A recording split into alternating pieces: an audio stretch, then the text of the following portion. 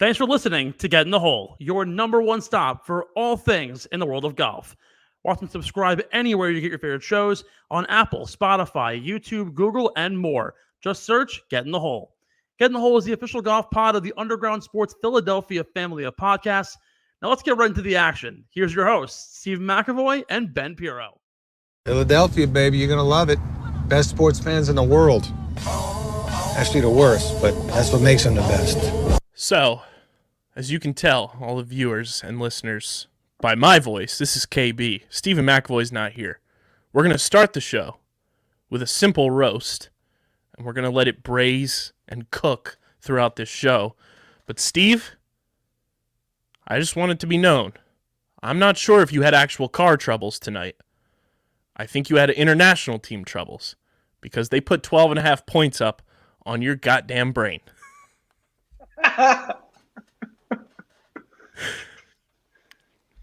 Can I take it away? Take it away, Ben. Okay. As everybody knows who listens or watches us, and I sincerely thank everyone who listens to us and watches us on YouTube. Please like, comment, and subscribe. We love the comments. Even if you disagree with us, say KB says, Steven says, even though everything that comes out of his mouth is just ridiculous. We love it. We love the interaction. Steven does this thing where he says one stupid thing every single show, and now without fail, it's at the very end of every single show. The last show I was on, I was not here last week. Steven basically made the comment saying that the international team will not win a match. Any points that they get will be due to halves. Okay. Well, Steven, you were wrong. And unfortunately, I don't know what else to say. I mean, Siwoo Kim went 3-1. Sebastian Munoz went 2-0-1. Christian Bezuidenhout played only 2 matches this week, didn't lose a single one. Tom Kim brought a lot of energy, went 2-3. He won 2 matches. KH Lee went 2-1. Of course, yes, there were some stinkers, just like there are stinkers every single year. Like Corey Connors and Taylor Pendrith both going 0-4. Oh, Steven. What are we going to do with him? What I'm going to do with him. I just can't wait to see what else flies out of his mouth. Just an unbelievable display of incompetence by the one and only Macafraud. It's been a while since that nickname has been dropped, but I'd say 12.5 points is a hell of a lot more than 0, so congrats to the international team for keeping it close.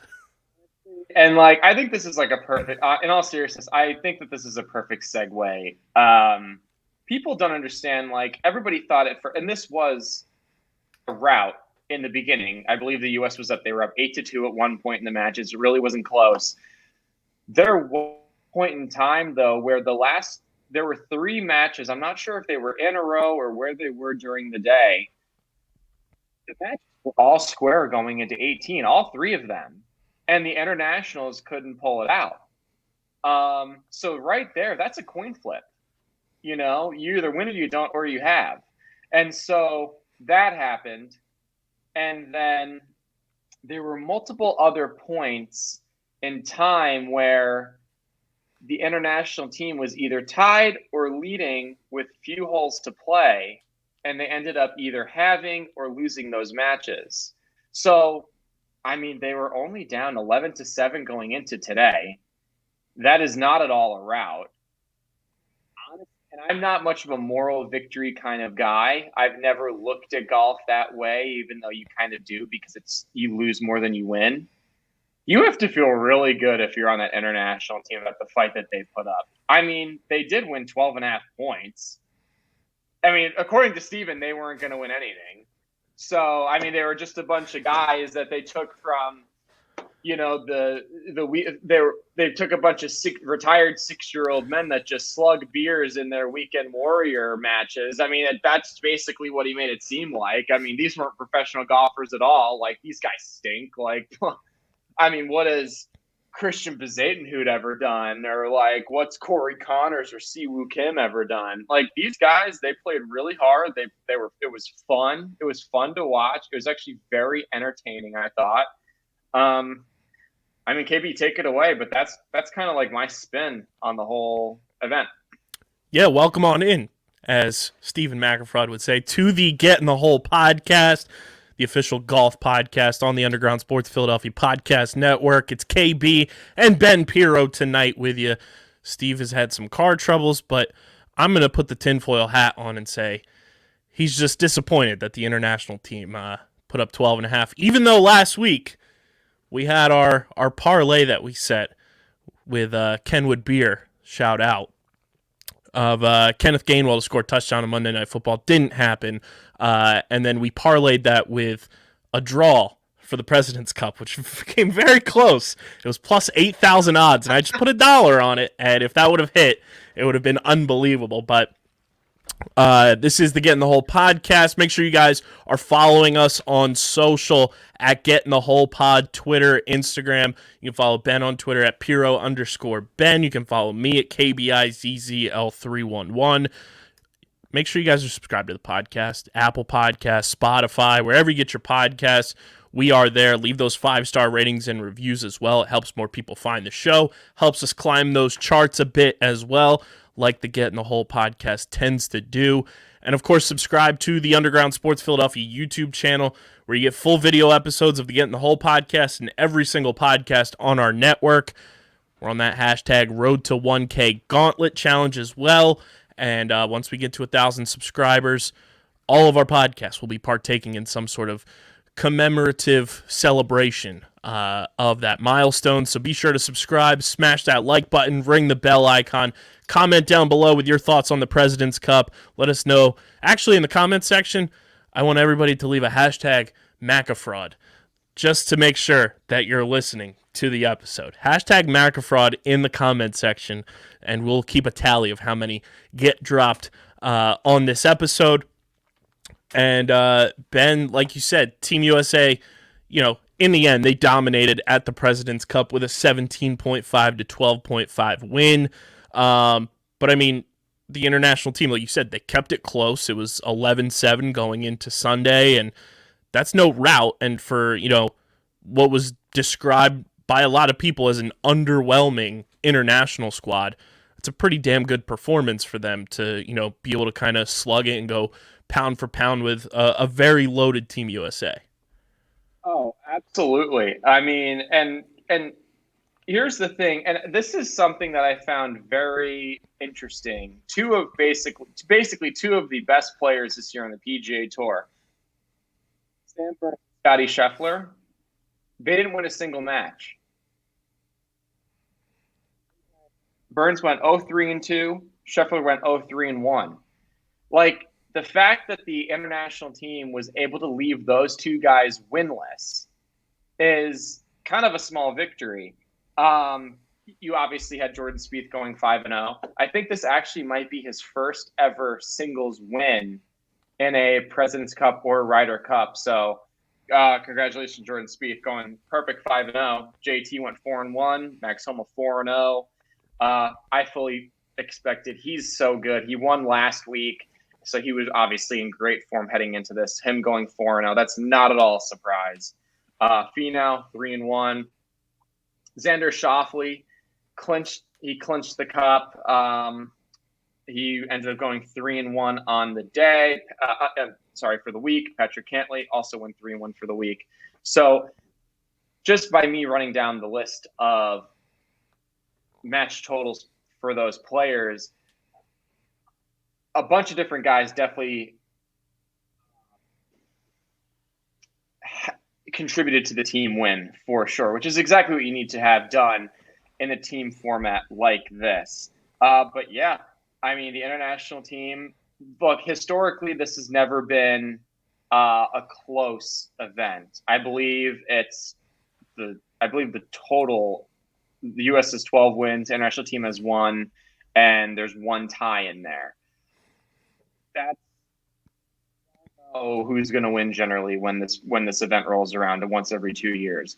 But hey, the international team, they kept it interesting. Tom Kim made it a lot of fun to watch. He was going nuts. I mean, he was pumped up. He made me want to run through a wall. I mean, this kid's 20 years old and just fist pumping, yelling. I mean, that's awesome. That's great stuff. It's firing up his team and firing up the visiting international fans and stuff like that. And it was awesome. It was great. He's bursting onto the scene as like one of those like pop culture, for lack of a better term, golfers where people are gonna gravitate towards him because he is one of those fun young players on the tour, and in these events he's gonna bring that energy, and a lot of younger golf fans and a lot of casual golf fans are going to gravitate towards that because it brings that flair and that pop to golf as a whole.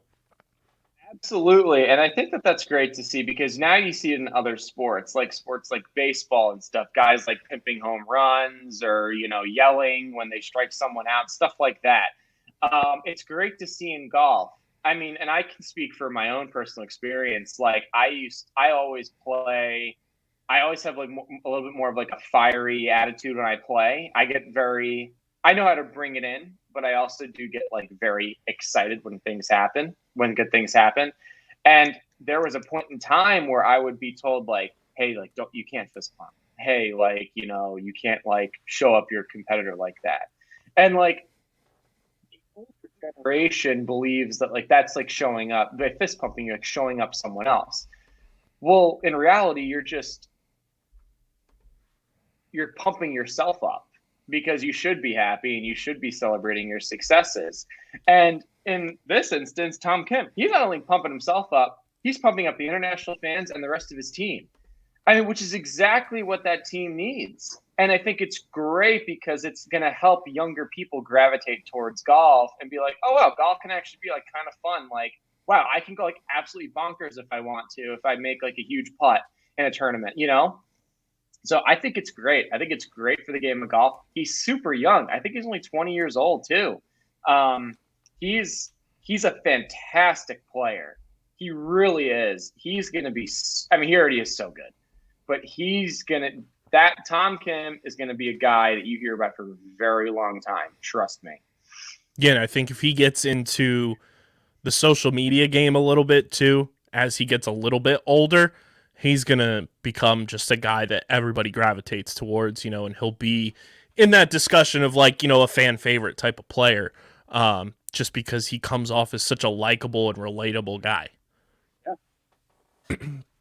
So Team USA dominates, which brings us to our Team MVP awards, with Team USA winning 17.5 to 12.5. There's a lot of guys who stepped up for them. But who would you say, kind of racks up some MVPs for each team, Ben? So I'll just stick with one. It's most valuable player, so I'll stick with one. It's Jordan Spieth. He won a perfect 5-0 this week. Look, I might get crushed for this. I've always thought Jordan Spieth was pretty boring to watch. He's not physically imposing. He's not flashy. He's not like Dustin who can hit 350 at will. He's not Bryson who can hit 370. Jordan Spieth, he is like, it's like watching a heart attack. What a comparison. I love that. Him play, it's like I just expect some crazy stuff to happen because it's just like I remember when he won the Open Championship, he hit this ball like 100 yards right off the tee. And it was just like, he's like anxiety. There's just anxiety always festering in him. It's like insane. And look, he's never been like my favorite like player to watch just because like he doesn't hit that far. He's not that flashy. Yes, he's made some amazing putts and he holed up in the bunker to win his first PGA Tour event. But I mean, hey, this guy went 5-0 this week. Congratulations to him. That's awesome. That's so hard to do. In match play especially. Match play is hard. It's hard to be really good at match play. And to go 5-0 in a week, that's a damn good job by Jordan Spieth. Yeah, it's tough to debate that, but just to play contrarian and kind of go the easy way out, I'll say Xander since he clinched it for Team USA. I'll give him, the follow-up MVP award for Team USA. If you had to pick somebody from the international squad for their team MVP, who would you lean towards? You know what? It's tough. It's hard to pick an MVP of a team that lost. It's hard. I will say though, he did go 3-1 on the week. It's not his first President's Cup as well. I don't believe it is. He's quietly a very good player. 3-1 on the week on a losing team. Hey, that's what they won, 12.5 points. He basically accounted for almost a quarter of their points. So, yeah, I go Siwoo Kim. Yeah, tough to argue that. Especially, like we said, for a team that was, taglined as being underwhelming, they stepped up and, showed up for most of the entire weekend, which is impressive on their part. And, it's just funny to dunk on Steven as well when he's not here. I hope everybody knows, we love Steven. Yes, Steven's great. It's all in good fun. He does a great job. We always joke. We always joke around. It's fun to joke with McElroy and to roast him, even when he's not here. I think it conveniently had card troubles tonight, but it's okay. I wanted to float this by you. I don't think we were going to touch on this, but it's just something I noticed. Christian Bezatin, who he only played in 2 matches this week, and he went 1-0-1. And I believe today he was the anchor match, which is for those of you who don't know, that is the final match of the singles day. And I just want to double check this before I put it out there. Yeah, he was the anchor match today against Kevin Kisner, who, by the way, Kevin Kisner, for those of you who don't know, is one of the best golfers in the world when it comes to match play. He won 2-1. He's feeling like, if he's looking at Trevor Immelman, the captain, is like, dude, I believe Trevor Immelman was Immelman the captain or the captain. I think he was. I think so. Probably should have checked that before. I'll double check it here.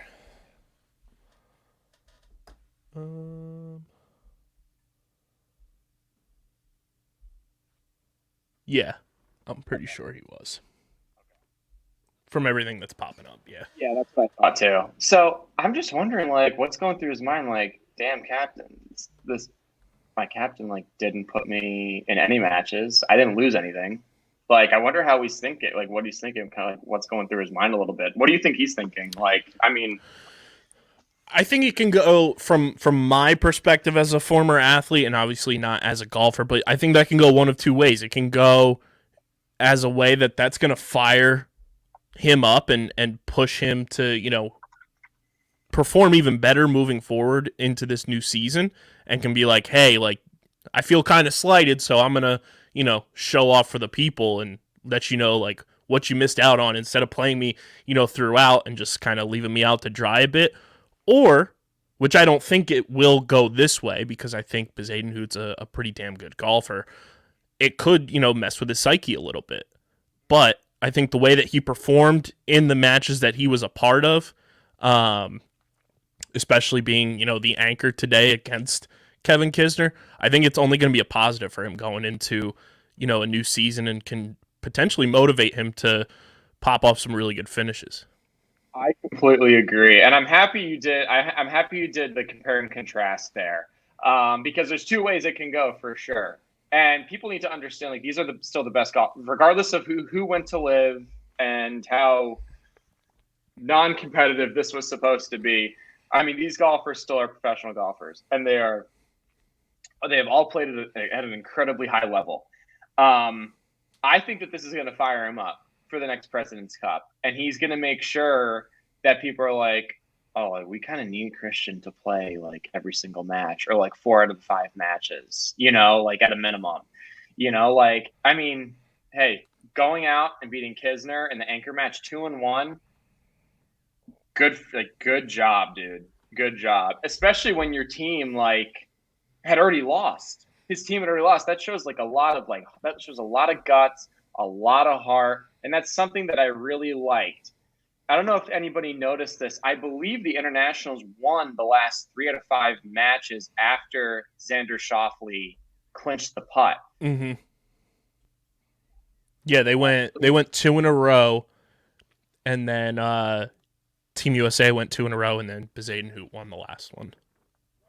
But that, some people would probably say, oh, well, it's easy, because they had already lost. The pressure was off. No, that shows a lot of heart.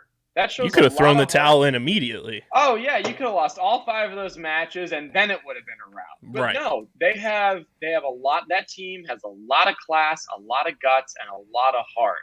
I mean, good for them for sticking with it and keeping it as close as possible, even though mathematically they were, quote unquote, eliminated. Good for them for keeping it close like that and keeping the U.S. team honest. Yeah, that's great. I think that was also something I really liked. Yeah, I mean, you look at those final 5 matchups. It was Sungjae Im, Cameron Young, and Sungjae Im won that portion. KH Lee won against Billy Horschel, and then Max Homa beat Tom Kim. Colin Morikawa beat Mito Pereira, and then Bezadenhout beat Kevin Kisner. That just shows, like you said, guts. It shows heart, and it shows even though we're down, we're here to play, so we're gonna play. Absolutely, yeah, absolutely. It's all you always hear play until the final whistle, right? That's always a saying. That's a saying that everybody's taught from a young age. That's literally playing to the final whistle. Good for them. Yeah, props to them, and congrats to Team USA. Steven sent this in. I don't know if there truly were anything. Was anything strategy-wise that you picked up on, Ben, but do you think any strategies worked best for each team? I saw this and I gave it a little bit of thought. Not, in my opinion, when you get to this high of a level, this is as high of a level as you're going to see as far as professional golf goes. The strategy of picking your teammates for, say, the team portions in the beginning of the President's Cup or the Ryder Cup, it's mostly guys that just like each other. That's really what it comes down to. So I guess, yes, the strategy obviously worked. Pairing guys together who happen to like each other. I mean, I have it pulled up right here. Let's just early in the week. Let's see, if we're just strictly going to go off the U.S. team. Jordan Spieth and Justin Thomas have been friends forever. Scotty Scheffler and Sam Burns have been friends forever. Patrick Cantlay and Xander Schauffele, great friends. I mean, that's 3 out of 5 matches right there. They all get along. And I'm sure all of these guys do get along. I'm sure all of them do because they're all very likable people. But really, the only strategy is just putting guys together that gel well. That's the most important thing.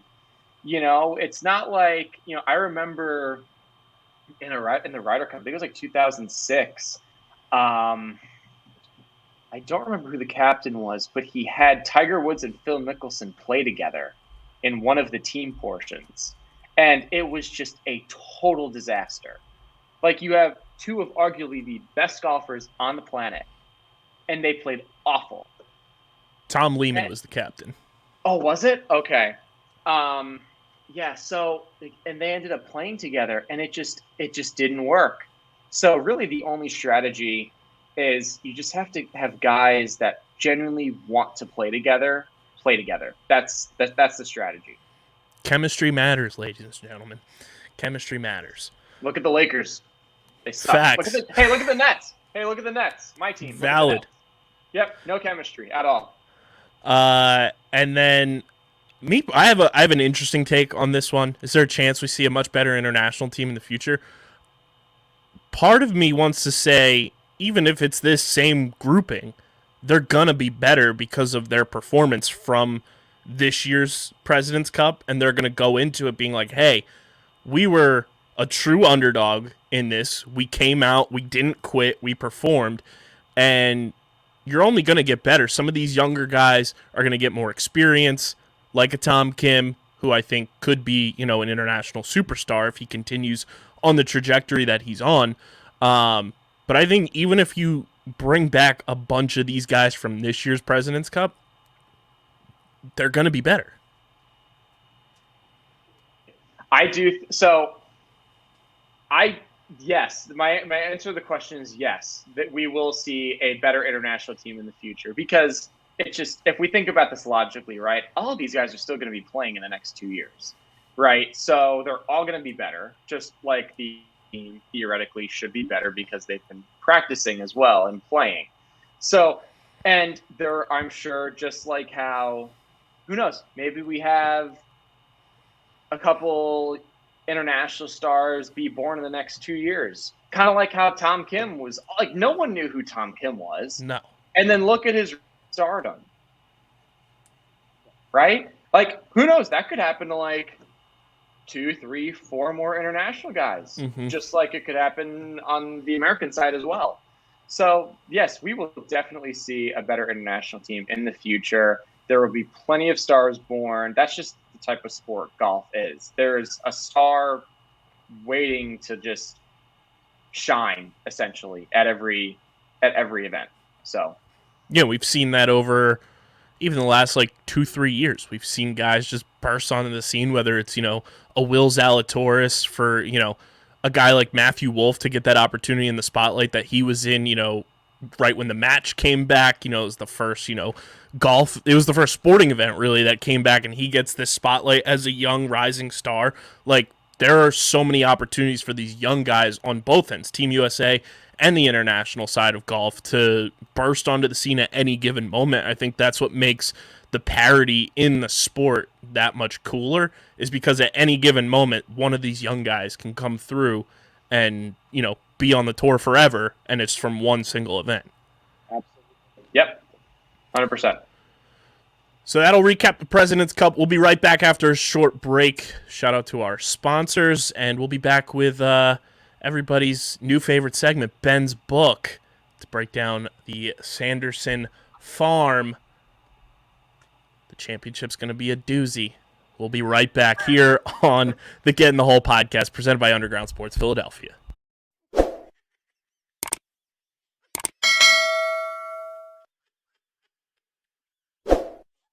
Welcome back into the Get in the Hole podcast. Kyle Bennett, Ben Pirro with you. It's time to get into Ben's book. It's the Sanderson Farm Championship, Ben. It's going down September 29th to October 2nd at the Country Club of Jackson. What do you got in the book for us this week? All right. So, all right, the Sanderson Farms Championship. Did a little bit of research, and I went on, as everybody knows that listens to the show, I consult PGTour.com quite a bit for all of my facts leading up to each event. And this was a fantastic article. The First Look Sanderson Farms Championship, written by Adam Stanley. He does a fantastic job. You guys should all read his articles. So obviously, as everybody knows, Sam Burns is the defending champ. Last year, he shot 22 under par, which is the tournament record since it's been played at the Country Club of Jackson. Roberto Castro holds the singular round course record of 62, which is 10 under par. This is going to be the type of course what people need to understand about these fall events that kick off the year. You're not going to really see the flashy names. You're going to see guys, a lot of rookies, a lot of sponsors exemptions, guys that you are lower profile, that you haven't really heard of, trying to basically get their feet under them and get off to that fast start. Because, quite frankly, the Fortinet, the Sanderson Farms, the RSM that's played in St. Simon's Island in Georgia, these are not the sexy events. So picking play well will become much more difficult because a lot of these players aren't as high profile and aren't as well known. But This was a very interesting quote that I read, and I'm going to touch on this. I'm going to read you this quote from Adam Stanley, and it's going to lead into our beer money picks later. Quote, Sam Burns utilized an impressive iron game to win the title last season as he finished tied for first in greens in regulation for the week, plus first in strokes gained off the tee and strokes gained tee to green. Okay, and on a golf course, this is a par 72. It's a little over 7,400 yards.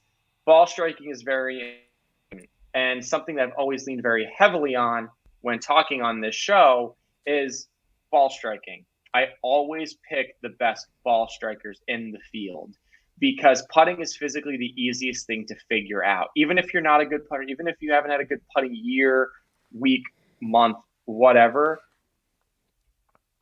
if you're doing the hard thing well, which is putting the ball in the fairway and knocking it on the green and hitting it relatively close, especially on a course that has some, according to Adam Stanley, some Donald Ross traits around the greens, that's incredibly important. So look for guys who are really good ball strikers, not just off the tee, but coming into the green, accuracy, distance and accuracy. That's going to be a huge key to playing well this week. Yeah, and I mean, just taking a look to kind of jump into subsection of our breakdown of the Sanderson Farm Championship, scouting the field, there are some, recognizable names this week. Some guys we just saw this past weekend, and we just talked about them. Christian Bezanin, who will be playing this weekend, according to PGAtour.com. The old-timers will enjoy Stuart Sink out there. He will be playing. Sam Burns out there to defend his title. Podcast favorite Harry Higgs is in the field this week. And just kind of scrolling through some other notable names just for the people at home. I know this makes for fantastic podcasting when I'm buying time just scrolling through names, but that's what we do. That's what we do. Why it's a podcast. Sebastian Munoz will be playing this week. CT Pan, Seamus Power. So, I mean, even though it is these fall events, you're still going to have some recognizable guys in this one that will make this event, enjoyable to, kind of follow along with specific players, which I think for the most part, a lot of these fall events, it is following just like some of these certain players more so than just watching for the collective field of what's going to happen. You're just kind of locking in to see what some of these players do with some of these early events and everything, plus 500 FedEx points on the board this weekend. Absolutely. I mean, looking at this field and looking at the event, is there anybody that really stands out to you that could potentially, dethrone the defending champ and take home that prestigious Rooster Trophy? I do think we'll get more into it with the beer money picks, but I think guys who are known for being ball strikers, like that's what they're known for. So guys like a Cameron Champ or a Harris English, even like a Scott Stallings potentially. Guys like that who are a little bit more well known, who have been in the spotlight before, who have performed well under pressure, who have won, definitely have a leg up this week in of knocking off Sam Burns this week. And so I guess what I'm saying is that he doesn't he doesn't defend his title. So I do think you want to lean more towards the guys with more experience because this is going to be a very heavy rookie field, just like most of these fall events are. So just be on the lookout for those vets out there. Even a guy like, say, Lucas Glover. I mean, great ball striker, horrible putter. I mean, his putting stroke is it. I close my eyes when I watch him putt, actually. But hey, great ball striker. Could figure it out this week on the greens. That's the game. That's the kind of game that golf is. So yeah, stick with your vets. Always go with the vet pick for sure. Fun storyline here on PGAtour.com as well. There will be 5 golfers in the field with Mississippi ties, including Riley and tour winner Chad Ramey of Fulton, Mississippi. Ramey won the Punta Cana Resort and Club Championship earlier this year, and 6 of the past 9 winners in Mississippi were first-time tour winners. Sam Burns set the tournament mark, scoring record a year ago, and with the average score of the last 5 seasons hovering around the 20 under mark, birdies will be at a premium at the Country Club of Jackson.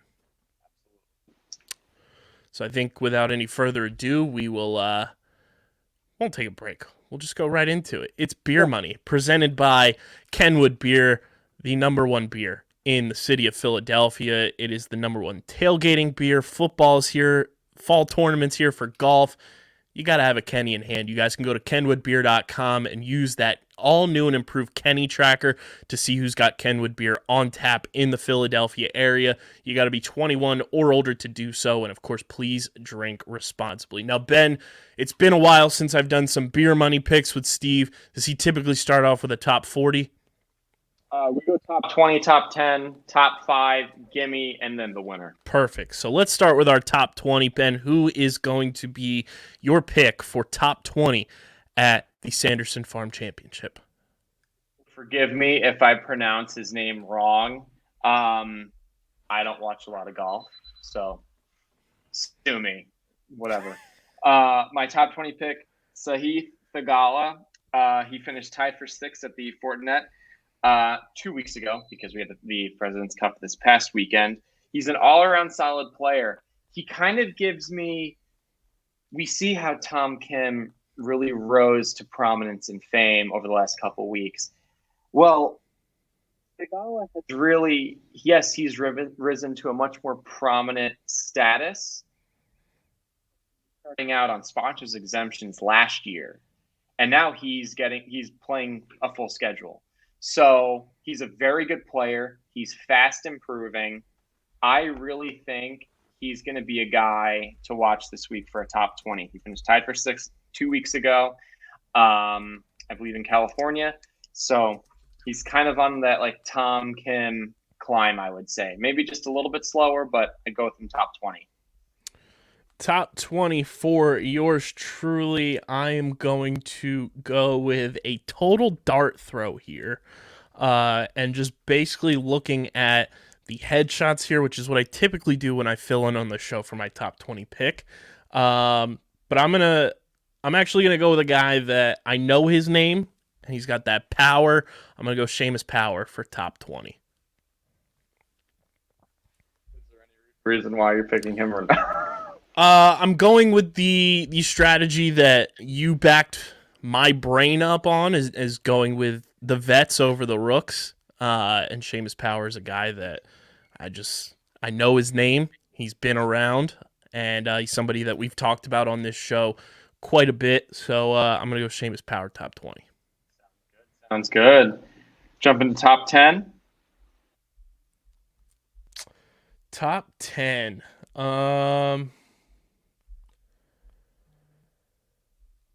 I don't want to go too conservative with this pick per se, so I'm going to actually save the guy I was thinking of for later, but I'm going to go with the hometown guy, Go Birds, Harry Higgs, top 10. I think he's got a chip on his shoulder, losing the tour card and everything, so he's got to be in a get right state of mind, so I'm going to go Harry Higgs, top 10. Okay, so for my top 10, I'm going to go Cameron Champ. Look, he did miss the cut at the Fortinet, which that's a bummer for sure. So you're probably like, Ben, why are you going to pick him for top 10? Look, he's played well in the fall before. I believe he won the Shriners Hospitals for Children Open a couple of years ago, which is a fall event. So he's played well this time of the year. And he's also, last year, he was 9th in strokes gained off the tee. That's a very important stat on this golf course, as I mentioned by that quote, after reading you that quote by Adam Stanley. That's a very important stat, so I have him locked in at a top 10. Top 5 rolls around now. So, Ben, who's your top 5 for the Sanderson Farms Championship? Okay, look, I'm going to go – I know a lot of people are probably going to pick Sam Burns to repeat. I'm not. I have him finishing top 5. I was pretty disheartened by the President's Cup. Didn't win a single match. He went 0-3-2, I believe. Just not a good showing. But look, he's probably a little bit tired as well after the President's Cup. That's a long week. Adrenaline as well, that's draining over a long period of time. But he's also the defending champ, so he's had a lot of success on this course. I would definitely go Sam Burns top 5. Took the words right out of my mouth. I'm going to go Sam Burns top 5 as well. Play it a little safe. Could he win again? Sure. But, like you said, playing in the President's Cup as much as he did, and it's tough to repeat anywhere in any sport, so I'm going to go Sam Burns top 5 as well. Ben, your gimme pick of the week. Okay, so this is going to come out of nowhere. I'm going to go Scott Stallings top 25. He had quietly a very good year last year, and he did make it all the way to the Tour Championship. I do think, being that the PGA Tour season, there isn't really an off season for guys. He's just going to carry that momentum right into the start of this year. I say Scott Stallings top 25. That's my gimme pick for the week. This one's going to be a hilarious gimme pick. And it's simply based on the time of year we're in. And one of this guy's sponsors on his polo. It's baseball season. It's fall. It's in the air. I'm going to say Adam Long makes the cut. I like that pick. I do. I like that pick. He's got the MLB patch on his polo. He's ready for baseball postseason, just like Ben and I are. So Adam Long to make the cut is my gimme. I just want the playoffs to get here already. I'm sick of the season. The season's way too long. You want me to go first? Yeah, let's hear your champion for the Sanderson Farm Championship. Ben, who's gonna be hoisting the Rooster Trophy come Sunday?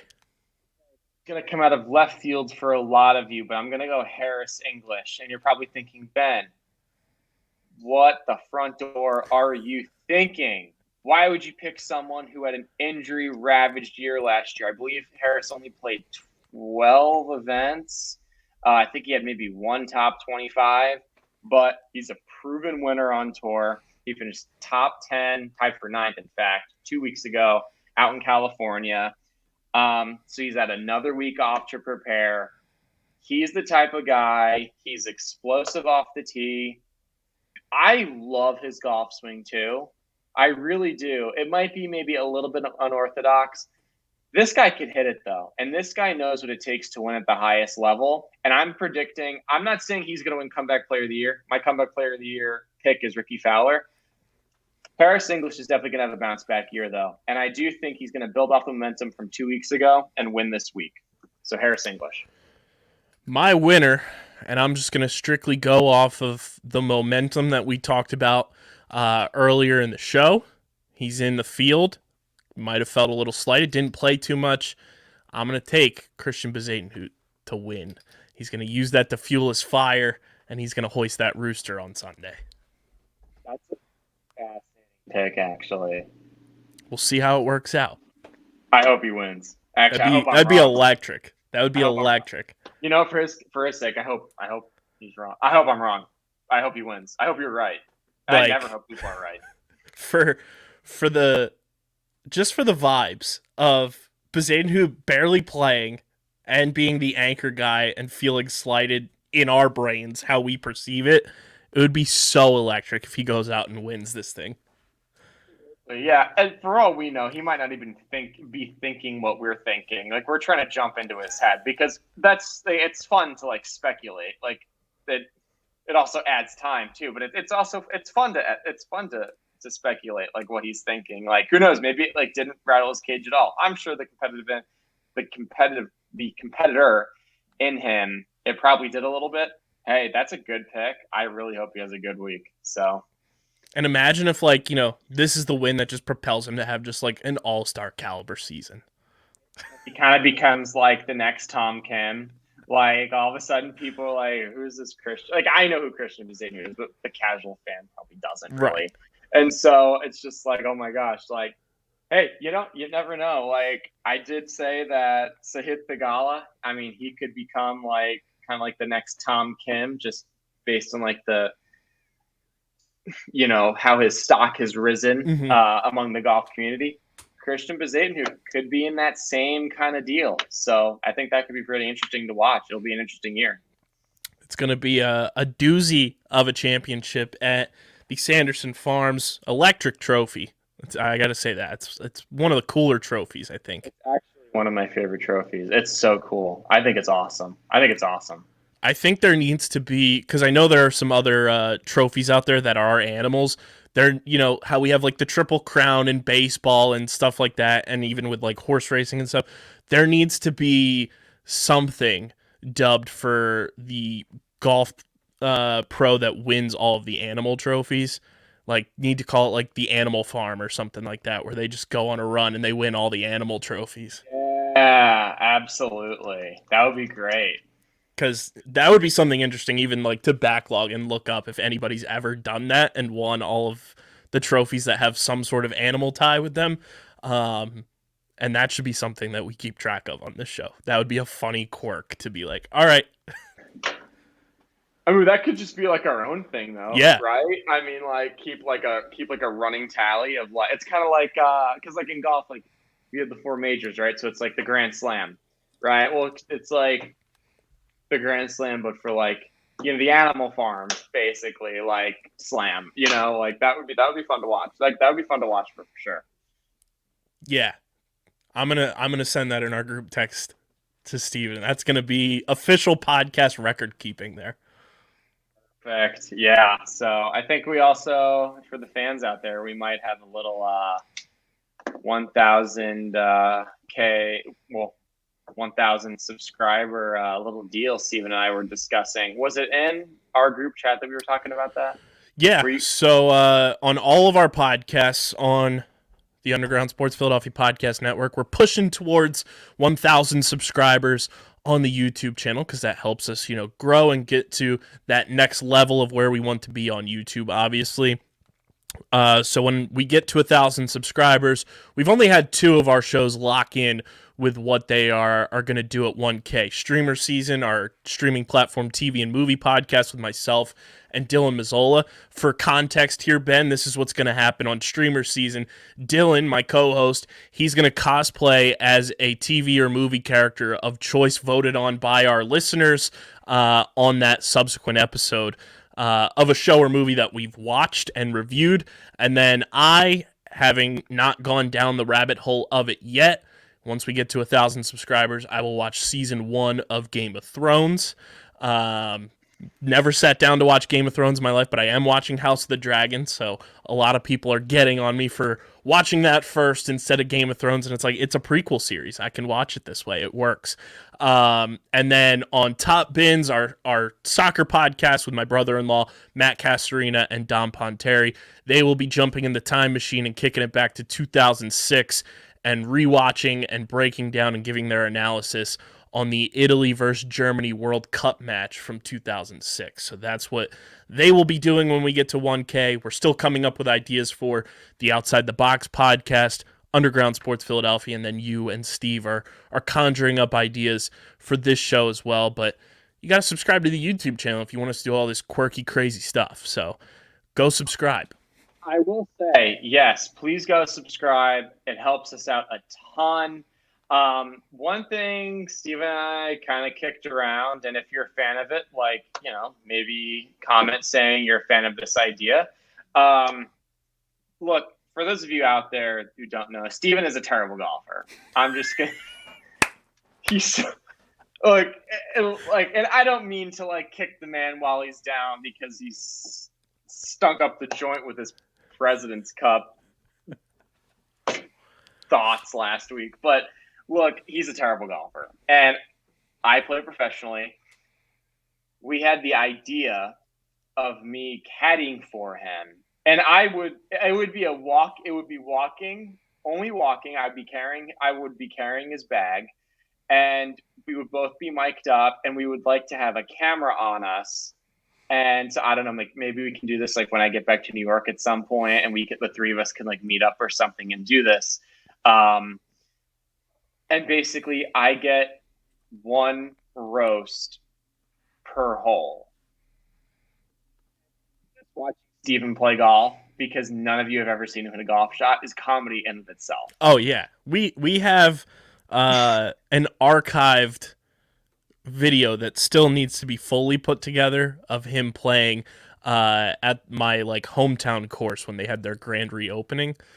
So there is archive footage that I'm just like trying to look for which SD card it's on.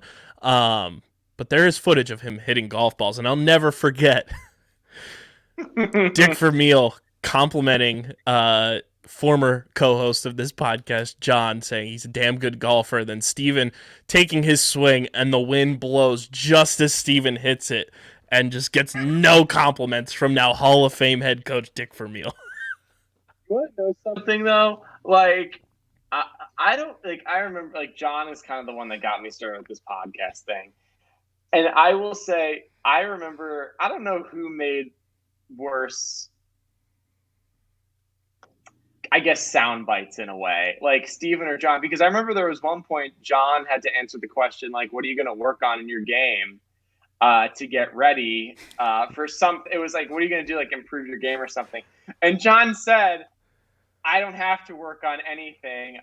He basically made it seem like he was perfect." Meanwhile, the one time I've played with both Steven and John, it was a par 3 course, and they could not get off the tee.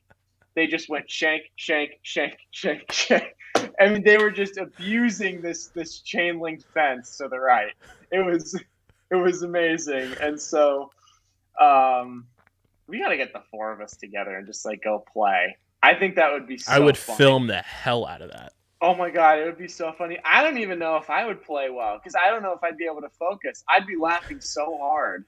If only we had video of them shanking it, we could put it out as a parody of the Shawshank Redemption. It'd just be the Golf Shank Redemption. I remember. Are we allowed to talk about other podcasts on here? Totally. Okay, so I don't even know if this is really a podcast, but Barstool Sports, Dave Portnoy ended up playing with who was it? I have to look. I played with this guy before in tournament play. Let me look up his name real quick. It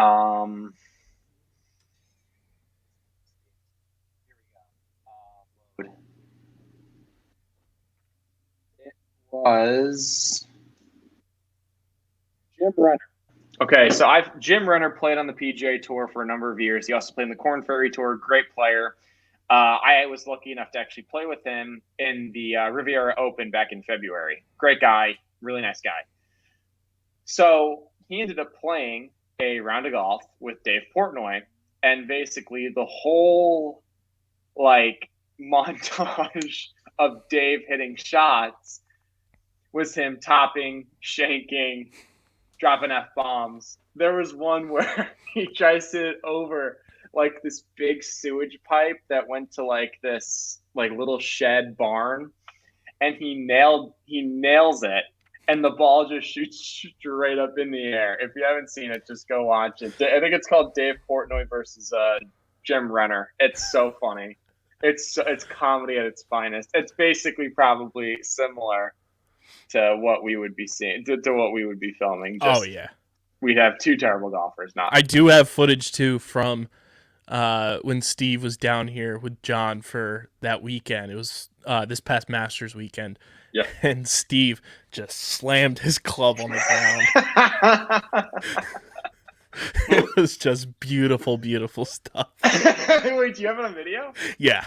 Oh, can you send that to me, please? Yeah, I gotta find it, but it's like he's like walking out of like sand and like messed up trees and stuff, and he's just like slams his club on the ground.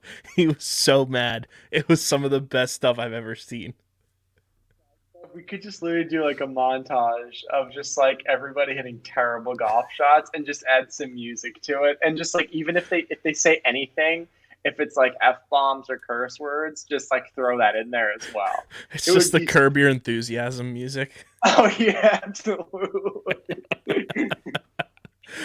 Bit of a shorter episode this week, but that's what happens when it's, these fall tournaments. Not a lot to break down, but a good one nonetheless. But make sure you guys are following us on the socials at Getting the Whole Pod, Twitter and Instagram. Follow Ben on Twitter at Pirro_Ben, and follow me at KBIZZL311. Follow Steven as well at Steven McAvoy_. And make sure you guys subscribe to the podcast feed, Apple Podcasts, Spotify, wherever you get your podcasts. We are there. Make sure you leave those 5-star ratings and reviews. It helps more people find the show, get involved with the Getting the Whole podcast community, and gets us back on those charts where we know we deserve to be. And of course, like we've been saying, subscribe to the Underground Sports Philadelphia YouTube channel. You get full video episodes of every single Underground Sports podcast. And there's pretty much content on there 7 days a week. That's better than some TV net. We're not like MTV putting ridiculousness on loop for 24 hours. You're getting original content 7 days a week. It's electric, especially during football season. You get more shows than usual. So go subscribe to our YouTube channel and help us hit that 1K subscriber mark as we trek closer and closer towards it. But everybody enjoy the Sanderson Farm Championship. And we'll see if Christian Bezaden, who has that dog in him, and goes out and gets fired up from this President's Cup. But Ben, any final thoughts? I mean, he might have the dog in him. You know who I know doesn't have the dog in him? Zach Wilson and Joe Flacco. Jesus God. Put me out of my misery. I'm sick of that team. It's a tough scene for Jets fans, but hey, at least you got the Mets. Thank God. Watch lose to the Dodgers in the NLDS. I can't wait. But for Ben Pirro, I'm Kyle Bennett. Until next week when Stephen McAfraud should be back, we're getting the heck out of here. Thanks for listening to Get in the Hole, the official golf podcast of Underground Sports Philadelphia. Catch us every week wherever you get your favorite podcasts, and be sure to like and subscribe on Apple, Spotify, and YouTube. You can follow us on Twitter and Instagram at Get in the Hole Pod, and follow Underground Sports Philadelphia at Underground PHI. We'll see you next time. And remember, get in the hole!